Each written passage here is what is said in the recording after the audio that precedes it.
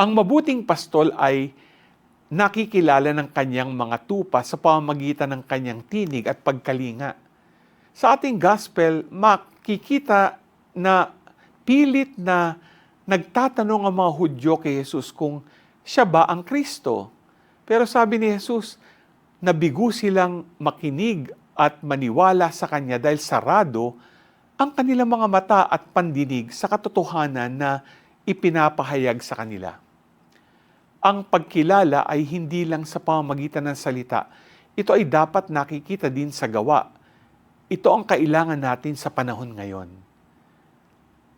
Kaya tayo na kanyang mga tagasunod ay hinahamon din na ipakilala si Jesus sa pamamagitan ng pagpapahayag ng katotohanan at sa paggawa ng may pagmamahal sa ating kapwa.